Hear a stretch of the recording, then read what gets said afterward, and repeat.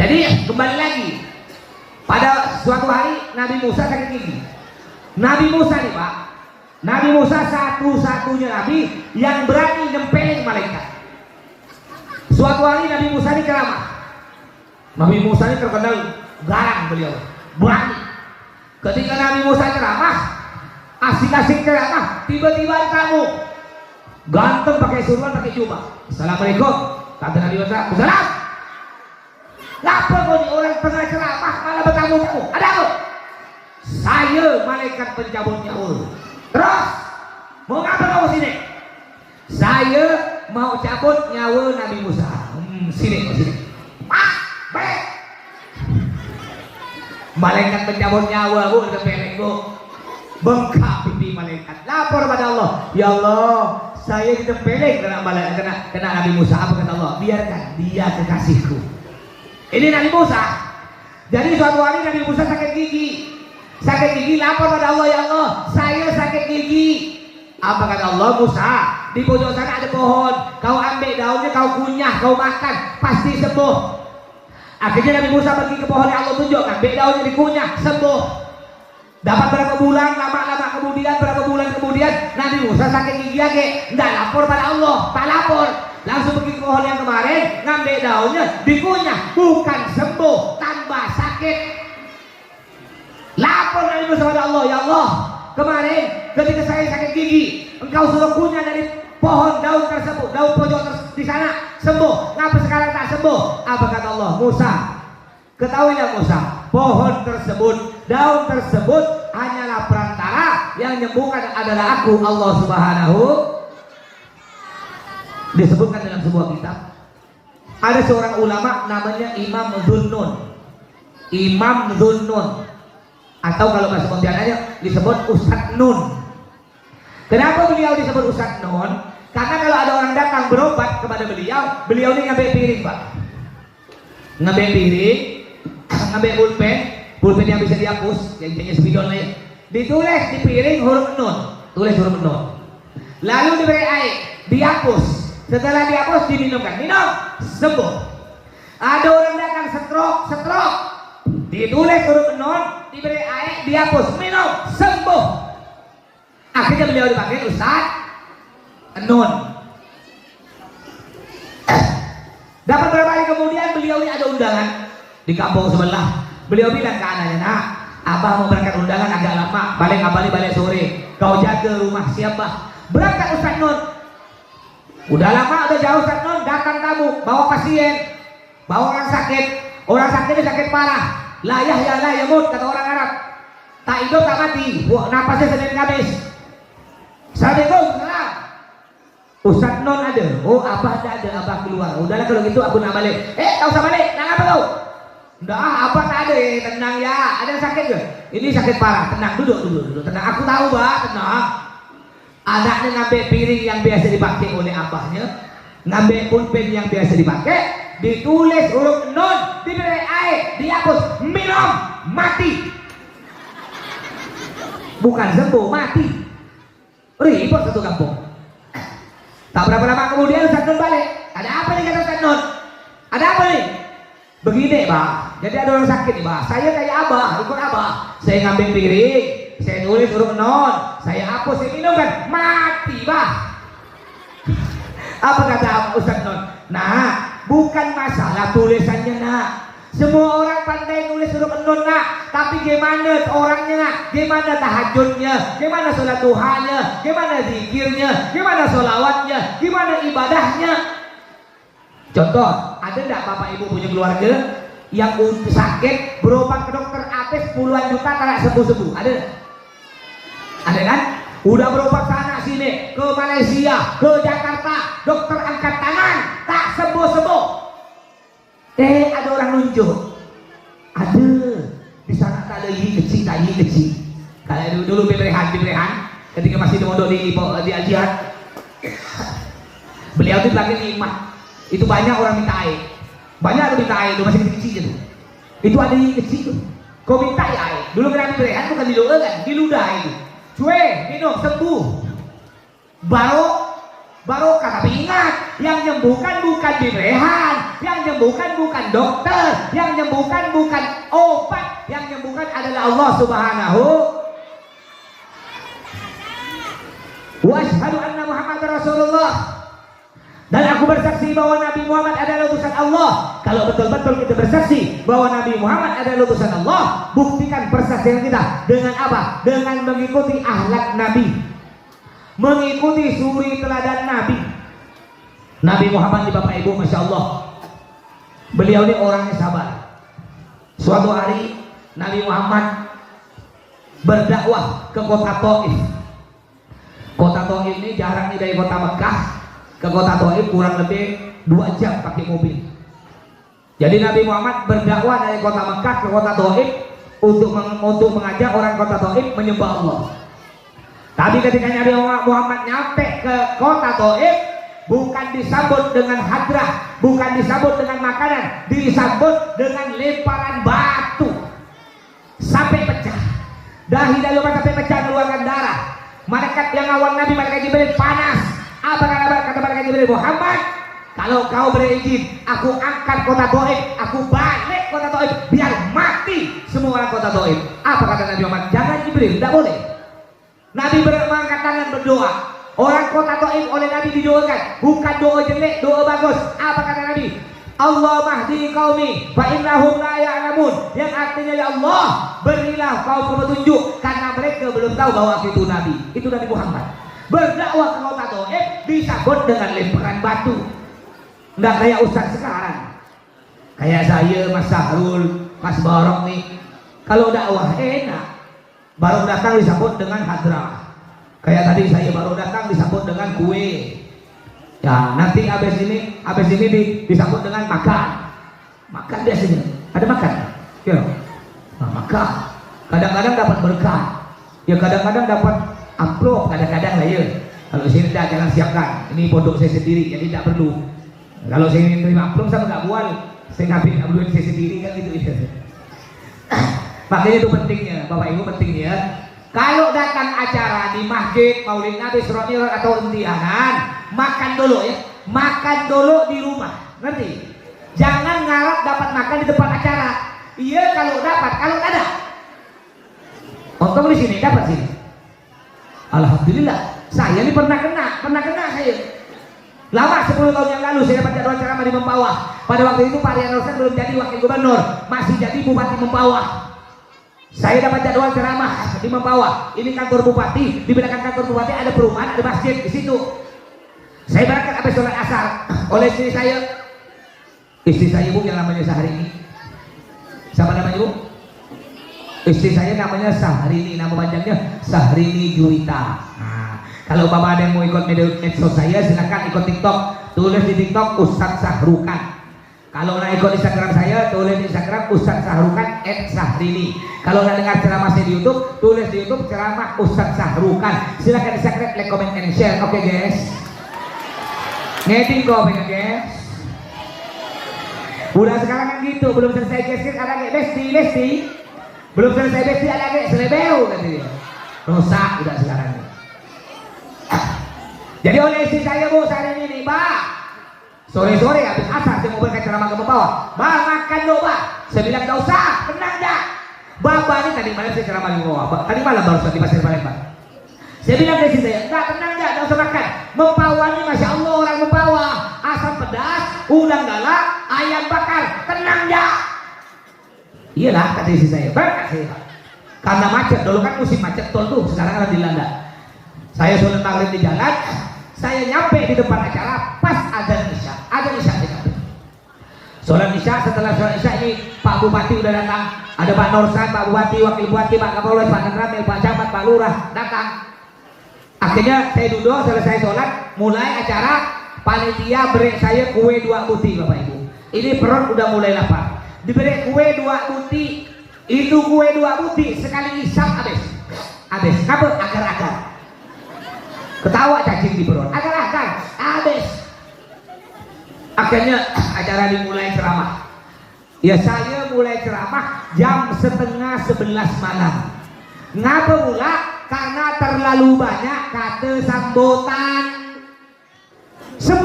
kata sambutan. Mulai dari bupati kata sambutan. Ada bupati, wakil bupati, Pak Kapolres, Pak Danramil, Pak Camat, sampai Pak RT kata sambutan. Apa lah Pak RT kata sambutan?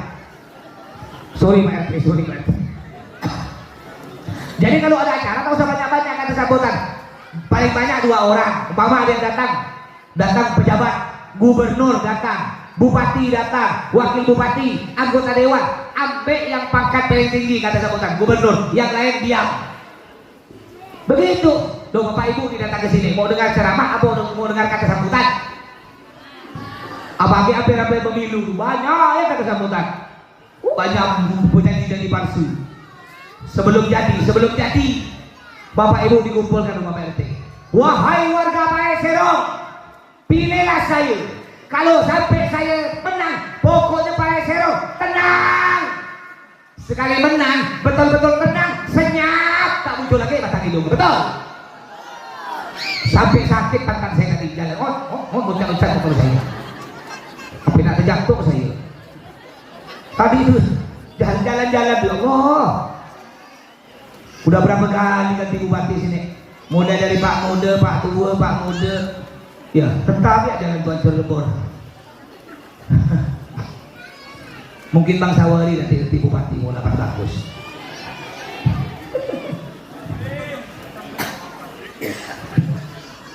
Akhirnya saya mulai ceramah jam 10:30 malam karena terlalu banyak ada sambutan. Saya ceramah pun tidak terlalu lama Pak, udah terlalu malam. Habis ceramah saya duduk, selesai ceramah saya duduk. Ya, ini tidak ada orang. Biasa kan kalau di tempat lain, kan habis ceramah ada panitia begini, Mas silahkan ke rumah sebelah. Biasanya kan gitu kan? Kan gini, silahkan habis ceramah ini biasanya tempat lain ya. Silahkan ke rumah sebelah. Bro, habis ini ada ke sana ya. Nah, kan ada kan? Nah. Saya nunggu nih Pak. Sampai 10 menit tidak ada yang bilang Ustadz silakan ke rumah sebelah, tidak ada. Akhirnya saya pura-pura pamit, pura-pura balik. Pak, saya mau balik. Oh iya lah Ustadz. Udah. Berarti aku tak dapat makan. Akhirnya saya makan di mana Pak? Makan di terminal Mempawah. Saya balik nyampe ke rumah, saya cerita ke istri saya. Apa kata saya? Istri saya dia keluarkan pantun. Tutul becoklat bulat. Nyaman kau. Udah aku bilang suruh makan tak mau makan. Makanya datang makan dulu. Ya. Itu Nabi Muhammad ketika tak berduit, banyak utang, ya punya masalah, rajin ke masjid. Tapi ketika sudah kaya, uang miliaran, tanah hektaran, Allah dilupakan. Kalau udah kaya, coba lihat bentar lagi bulan puasa. Malam pertama terawih, ramai tidak masjid? Tak muat ya? Sampai keluar kan? Kalau malam terakhir, kalau malam terakhir sampai tidak muat, terawih ini sampai luar, terawih saking ramainya, sampai ke mall, sampai ke Ramayana, sampai ke Pasar Sudirman, saking ramainya itu malam terakhir. Iya Bu ya. Sholat, kerjakan sholat, sesibu apapun sholat. Disebutkan dalam sebuah kitab namanya Kitabul Hayawan, kitab yang menceritakan tentang hewan. Di kitab tersebut diceritakan ada seekor anak kerbau. Kenal kerbau? Kerbau itu sepupu dengan siapa? Sapi. Gimana suara kerbau? Ada yang tahu suara kerbau? Di Pontianak ada nggak kerbau? Nggak ada ya, banyak di Jawa ya, Jawa. Kalau di Pontianak nggak ada kayaknya. Ada seekor anak kerbau menyusu pada ibu kerbau. Ketika asik-asik menyusu terdengar suara Allahu Akbar, Allahu Akbar, Allahu Akbar, Allahu Akbar. Bertanya anak kerbau pada ibunya, Mama, itu suara apa Ma? Oh kata ibunya, itu suara azan nak. Apa itu azan Ma? Azan nak, pemberitahuan ke orang Palesero bahwa waktu sholat sudah masuk. Bertanya anak kerbau pada ibunya, Ma, kalau kita tak sholat ngapa Mak? Nah, kita tak sholat apa-apa nak, karena kita kerbau. Jadi mau tanya teh, mana bodong teh? Tak apa-apa, berarti gue karena merasa kerbau, nyusu aja si anak dengan santai. Asik-asik nyusu, tiba-tiba terdengar suara ke Allahu Akbar, Allahu Akbar, asyhadu an la ilaha illallah, asyhadu anna Muhammadar Rasulullah. Bertanya lagi anak kerbau pada ibunya, Mak, itu suara apa Mak? Oh, itu suara iqamah. Qomat. Apa itu qomat, Mak? Qomat, Nak, pemberitahuan keluarga para serong, cepat-cepat masuk masjid, sholat akan segera dilaksanakan. Padahal di masjid udah qomat, bapak-bapak masih santai ngerokok, ibu-ibu masih santai nonton sinetron. Padahal di masjid udah qomat, yang muda-muda masih santai main kelayang. Bertanya anak kepada ibunya, Mak, kalau kita tak sholat ngapa, Mak? Nah, kita tak sholat apa-apa, Nak, karena kita kerbau. Mereka siapa tuh, Mak? Padahal di masjid udah qomat, masih santai ngerokok, masih santai nonton sinetron, masih santai main bola. Siapa mereka tuh, Mak? Oh, mereka tuh, Nak, datuknya kerbau. Jadi kata ulama, orang yang tidak sholat adalah Kalau ada Pak Haji tak sholat, berarti Pak Haji. Pejabat tak sholat, pejabat. Pak RT tak sholat, Pak RT. Pak Ustadz tak sholat, Pak Ustadz. Pengajar mulut kau bilang Pak Ustadz kerbau. Jadi kerjakan sholat. Juga Bapak Ibu, kalau kita tidak tahu tata cara sholat yang benar, jangan malu untuk belajar. Bapak Ibu tak tahu ngaji, jangan sampai anak tak tahu ngaji. Bapak Ibu tak tamat SMP, jangan sampai anak tak tamat SMP. Bapak Ibu bodoh, jangan sampai anakmu bodoh. Makanya belajar jangan malu. Apa kata Nabi Muhammad? La haya fiddin. Tidak usah malu dalam urusan agama. Belum tahu tata cara sholat, belajar. Nih, mumpung ada pondok pesantren, masukkan anak ke pesantren nih. Ngeri zaman sekarang Bapak Ibu. Benteng terakhir bagi anak kita sisa satu. Di zaman yang udah rusak ini sisa satu. Didik mereka dengan pendidikan agama, masukkan ke pondok pesantren. Di luar ngeri ini nih. Saya sebut kalau ada satu setan. Kalau setan zaman dulu dibacakan ayat kursi lari. Itu setan zaman dulu. Tapi setan ini jangankan dibacakan ayat kursi, dilempar kursi tidak lari. Apa setannya? Ini namanya setan apa nih? Setan HP. Ada enggak gara-gara HP suami istri bercerai? Ada enggak? Gara-gara HP anak kurang ajar ke orang tua? Ada enggak? Bu. Kalau ibu punya suami, HP-nya udah mulai dikunci-kunci, tak bisa dibuka kecuali pakai jari dia, dan dia suka mojok di belakang rumah sambil ketawa sendiri, berarti HP-nya ada apanya? Ada setan. Anak sempat, semuanya perempuan. Doakan mudah-mudahan punya anak laki-laki ya. Semua anak saya tidak boleh pegang HP. Anak saya pertama ini kelas 1 SMA, mondok di pesantren Asyadi 4 di Malang. Ya, kemarin alhamdulillah kiainya datang ke rumah. Ini anak saya pada kelas 1 SMA. Sampai dia nanya, "Baba, limadza ukhti ma amsik jawal? Ma'annal ailah kullu amsik jawal." Saya dengan anak saya bahasa Arab. Itu anak saya nomor 3 juga ikut tuh, bahasa Arab semuanya. Artinya, "Baba, ngapa ukhti ini tak boleh pegang HP? Sedang keluarga sepupu semuanya dibelikan HP. Padahal masih SD. Ini ukhti kelas 1 SMA, Pak. Ngapa tak belikan HP?" Saya bilang, "Enggak, nanti kalau udah kawin baru Bapak belikan HP. Nunggu kawin." Kenapa? HP Bu untuk anak itu Bu lebih banyak bahayanya daripada manfaatnya.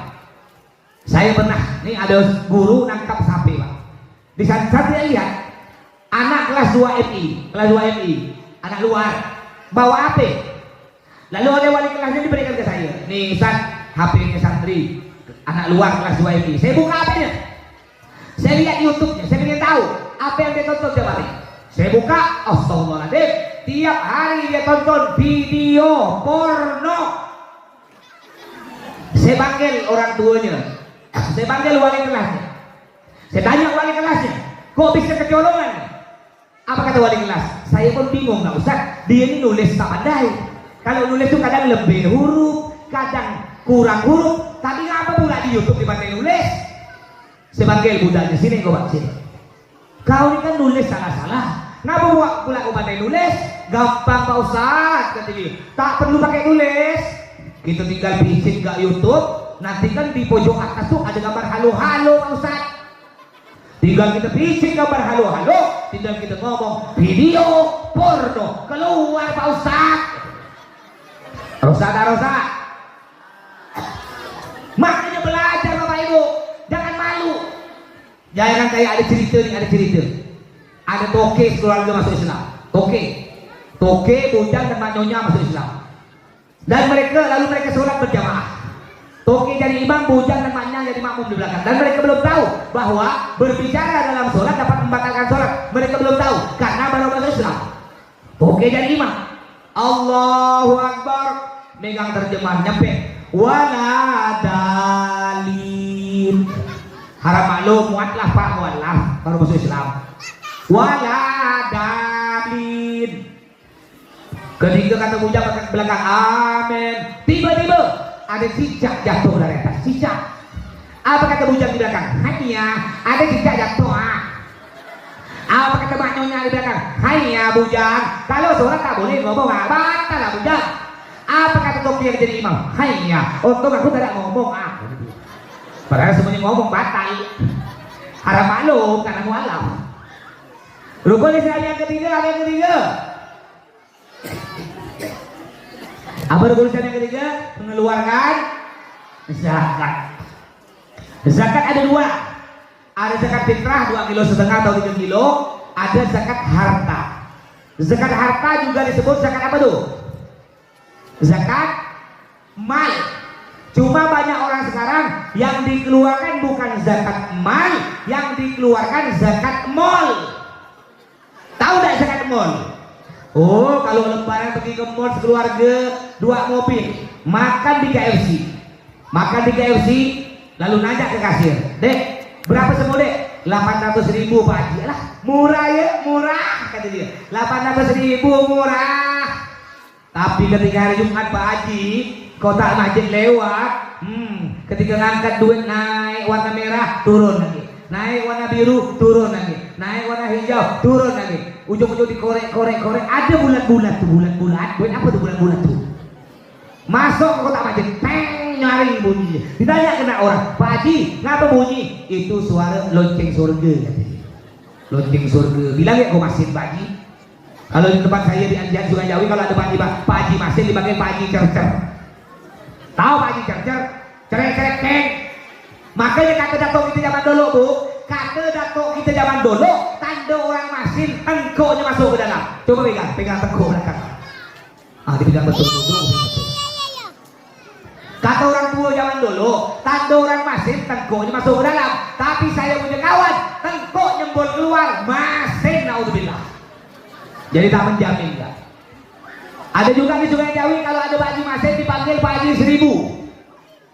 Ngapa dipanggil Pak Haji 1000? Iya, panitia imtihan yang minta sumbangan beri 1000. Panitia Isra Mi'raj masjid minta sumbangan beri 1000. Setiap ada kotak masjid lewat masuk 1000. Akhirnya orang manggil dia Pak Haji 1000. Ada lagi di Sungai Jawi, kalau ada Pak Haji masjid dipanggil Pak Haji Estrajos. Tahu nggak gambar Estrajos? Nih gambar Estrajos, tahu? Garam betuku tak lepas. Makanya jangan pelit-pelit, mohon maaf. Sekarang ini cari orang kaya harta belum Bu. Yang paling payah itu cari orang kaya hati. Itu paling payah. Orang kaya harta banyak. Makanya masing-masing ada Pak diciri-ciri. Ada orang pelit, suami istri pelit, seumur hidup tak pernah sedekah. Suatu hari istrinya masak serabi. Ya kalau di kita ini roti, kita ubahlah serabi. Tahu serabi? Tahu ya, masak serabi. Rupanya salah satu dari kue serabi ini ada yang angos hitam. Angos. Akhirnya kata suaminya, "Dek, itu kayaknya ada yang angos." "Iya Bang, ini tak usah dimakan. Ya udah kalau tidak bisa dimakan, sedekahkan aja lah." Oh iya. Akhirnya yang angos tadi, yang angos yang hitam yang pahit, disedekahkan ke tetangganya. Dia sedekah serabi angos, ikhlas Pak, ikhlas. Gila, ikhlas angos. Sama dengan orang biasa sedekah ke pondok, saya udah busuk baru disedekahkan. Betul lah? Rambutan udah kerok, lah kerok bulu enak, baru terakhir ke pondok. Ada satu yang cerek. Apa kata Allah? Lan kalian lebih hatta tufiqu mimma yuhibbun. Kalian tidak akan dapat pahala sempurna hingga kalian bersedekahkan yang paling kalian senangi. Saya mau tanya Pak, durian baru keker, baru jatuh, dengan durian yang 5 hari, yang mana paling Bapak suka? Yang baru jatuh, itu sedekahkan. Bukan durian udah 7 hari. kecilut, akhirnya santri mincrit ujung-ujungnya. Akhirnya disedekahkan di Pak Serabi Angos, ikhlas, celah beton. Lama-lama Pak Haji mati. Pak Haji yang pelit, yang sedekah kue Serabi ikhlas, yang Angos mati. Malaikat bertanya denganku, Marrobuka, siapa Tuhanmu? Tak bisa jawab Pak, karena terlalu jelek. Mana biuka? Tak bisa jawab. Di dalam kubur kan ada dua malaikat tuh, mungkar nakir. Apa kalian mungkar? Kalian mungkar dan malaikat mungkar. Kir. Apakah? Dia tak bisa jawab mikir. Gimana? Pangkong kan? Siap. Oke. Malaikat mungkar nak mangkong begini, pakai cambuk. Tiba-tiba ada benda bulan hitam nangkis. Kok terjampak pangkongan? Dicari ke nama malaikat mungkar. Apa kir terjampak pangkongan aku kir? Tak tukar. Aku cari kir. Dilihat. Apa kir? Hitam-hitam. Angos ke dia. Apa? Rupanya Serabi Angos. Itu sedekah Serabi Angos. Gimana sedekah Serabi Bagus? Tuh, tak. Itu pagar tuh belum dicat tuh pagar tuh. Saya lihat dari tadi itu. Udah berapa bulan belum dicat pagar tuh? Lama. Berapa bulan nggak dicat pagar tuh? Lama. Nggak ada kesini bos-bos durian gitu yang bisa ngecat pagar tuh. Atau bos tenggeng, ada nggak sini bos-bos perumahan? Ada nggak sini yang bos-bos perumahan ada duit tuh? Ada nggak? Siapa tuh bos perumahan sini? Siapa? Pak siapa namanya? Pak Sawari itu siapa namanya? Ada bos perumahan sini? Pak siapa? Hah? Pak Narto. Mana Pak Narto lu? Mana orangnya? Duduk mana juga? Siapa baju hijau tuh? Siap Pak Narto. Yang itu pakai jas dia. Siap. Nih saya tanya Pak Narto. Siap enggak ngecek Pak Narto cantik kali ini? Siap? Amin. Mudah-mudahan cepat naik haji, insyaallah haji plus. Amin. Nah, kita buktikan ya kalau Pak Narto nanti ngecek, lihat rezeki dia. Tambah laris, tambah lancar. Apa kata Nabi Pak Narto? Ma'ana kasau ma'lun min sadaqatin bal yazdad, yang artinya tidak akan berkurang harta kita karena sering bersedekah. Pasti akan bertambah. Sampai 3 kali Nabi mengatakan orang yang sering bersedekah pasti akan bertambah kaya. Kalau nggak percaya, coba lihat. Bapak Ibu pernah nggak lihat dengar berita orang yang sering sedekah bangkrut? Benar? Nggak ada. Tambah kaya. Yang banyak cerita orang masin jatuh miskin, orang pelit banyak penyakit. Ya, insya Allah mudah-mudahan Pak Narto bisa Pak Narto. Kalau kurang nanti saya tambah Pak Narto. Tenang ya, kita bagi 2. Rukun Islam yang keempat. Puasa di bulan Ramadan. Alhamdulillah sekitar 4 atau 5 hari lagi kita bulan puasa Ramadan. Kapan santri balik ini? Rabu ya, santri al-jihad hari Kamis. Ya. Bulan Ramadan saya mau tanya, Bu. Ibu datang bulan. Boleh tidak ibu puasa kalau datang bulan? Tidak boleh ya, dosa bukan? Makanya kalau perempuan datang bulan tidak boleh puasa. Pertanyaan saya, Bu, ada nggak di bulan Ramadan laki-laki datang bulan? Ada nggak? Kata siapa tak ada? Laki-laki tak puasa, ada nggak? Berarti Bu, kalau ibu punya suami tak puasa, berarti suami ibu datang. Kalau nanti suami ibu tak puasa, anak laki-laki ibu tak puasa, belikan dia softtek, ngerti Bu? Bukan 2 sayap, 10 sayap. Biarkan hilang, kurang ajar laki-laki tak puasa.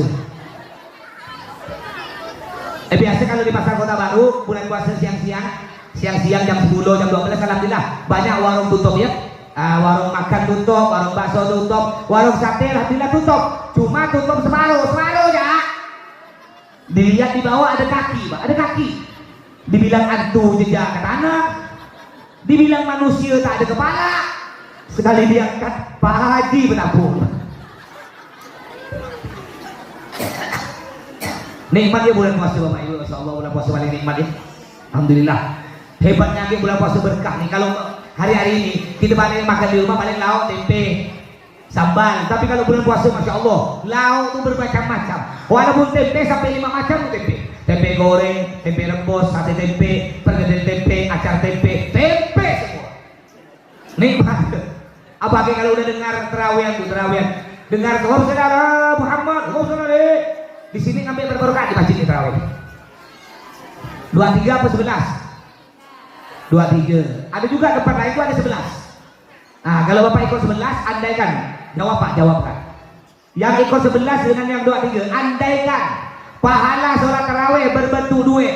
Yang 11 rakaat dapat 11 juta, yang 23 rakaat dapat 23 juta. Milih mana Bapak Ibu? Milih yang mana?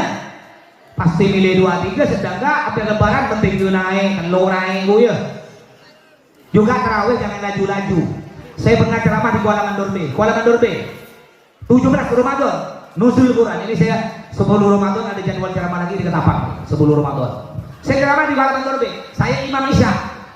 Setelah imam Isya, oleh orang saya disuruh sholat imam tarawih. Saya tak mau, enggak. Imam tetap. Ini Masya Allah, sholat tercepat di dunia. Saking lajunya sampai tak terdengar. Selamat dolin, yang terdengar cuma Allah dolin gitu ya. Yang ngeri itu ketika baca surah. Bismillahirrahmanirrahim. Yasin.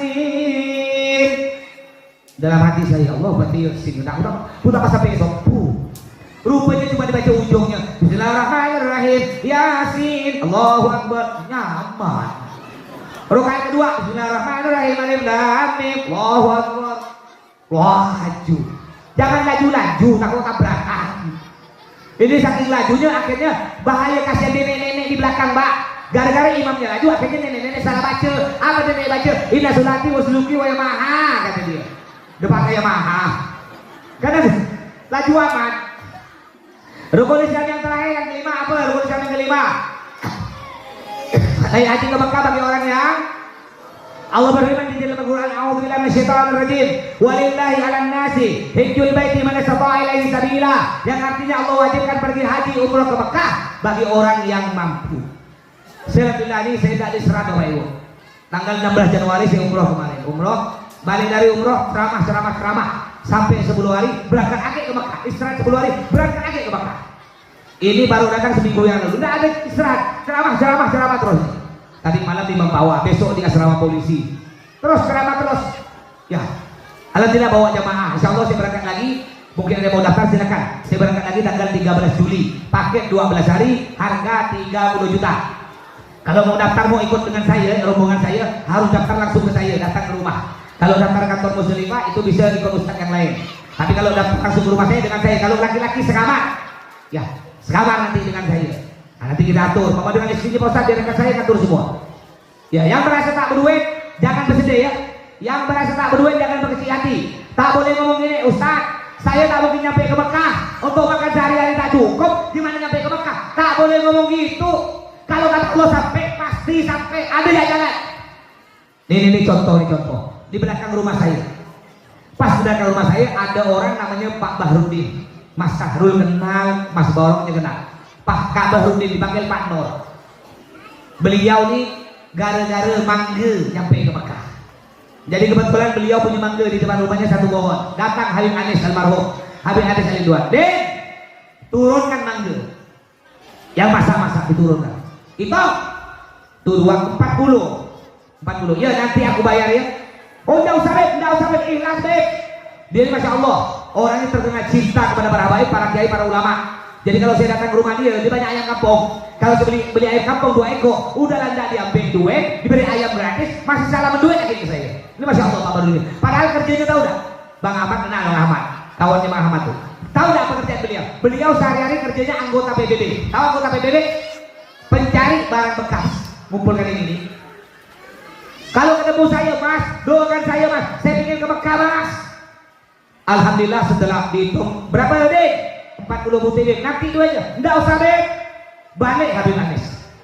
Dapat berapa hari Habib Anis datang lagi. Dek, mana KTP kau? Mana kata kau? Mana surat nikah kau? Untuk apa Beb loh? Kemarin kan aku punya utang mangga 40 butir. Kau nak aku bayar ikut aku umroh ke Mekah. Alhamdulillah. Gara-gara mangga dia basa-basa nyampe ke Mekah. Akhirnya orang manggil dia Pak Haji Pao, Pak Haji Mangga. Makanya di sini ada nggak yang udah umroh tapi belum haji? Ada ya? Banyak ada sini ya. Bu, Pak, itu umroh kata Nabi Muhammad itu haji kecil. Orang umroh tuh yang namanya haji kecil. Jadi kalau bapak udah umroh walaupun belum haji, kalau ada orang manggil Pak Haji, nggak apa-apa. Kadang-kadang nggak mau, Haji, tidak usah. Aku belum haji nih, aku cuma umroh. Ya udah panggil Pak Umroh. Tak mau panggil Pak Haji, panggil Pak Umroh. Kadang-kadang ada baru haji satu kali, namanya Abu Bakar. Haji satu kali ditulis di besar-besar. Abu Bakar. Kalau haji 2 kali, Abu Bakar. Saya haji 3 kali, berarti Kalau haji 10 kali,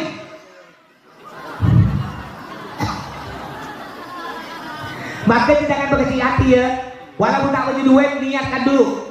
Insya Allah kalau kata Allah sampai pasti sampai. Kan ada pepatah mengatakan tuh pepatah. Banyak jalan menuju Roma mana siapa? Mau nek metu juga ngobe. Ya. Masya Allah, astagfirullah, porallah, Coca-Cola, coca-cola. Ubah. Banyak jalan menuju Mekah. Kalau kata Allah sampai, pasti sampai. Ada dari rezeki. Contoh Pak. Kalau ada rezeki bapak di malam ini. Kalau ada rezeki. Ketika bapak balik nanti ini, ke motor. Tiba-tiba di tengah jalan ada bungkusan warna hitam. Rezeki kan? Bapak tengah berjalan, tiba-tiba di tengah jalan ada plastik warna hitam. Bapak turun dari motor, dipegang-pegang plastik itu agak lecak. Udah lecak, hangat agak itu, udah hangat bau agak. Buka. Baiklah, saya doakan mudah-mudahan yang belum nyampe ke Mekah oleh Allah sampaikan ke Mekah ya. Yang sudah sampai mudah-mudahan sampai lagi. Mudah-mudahan anak kita semua jadi anak soleh solihah. Mudah-mudahan semua bapak ibu diberikan rezeki banyak melimpah barokah, dan doakan Abi. Mudah-mudahan Abi sehat panjang umur. Semoga besar Baitul Mubarak dalam lindungan Allah, dan mudah-mudahan kita oleh Allah tidak berubah hati kita, tetap istiqomah dalam mencintai para habaib, dan mudah-mudahan kita masuk surga bersama datuknya para habaib, yaitu Nabi Muhammad dan Rasulullah. Amin ya rabbal alamin. Mungkin sampai di sini, kurang lebihnya mohon maaf. Usikum menafsir taqwallah. Assalamualaikum warahmatullahi wabarakatuh.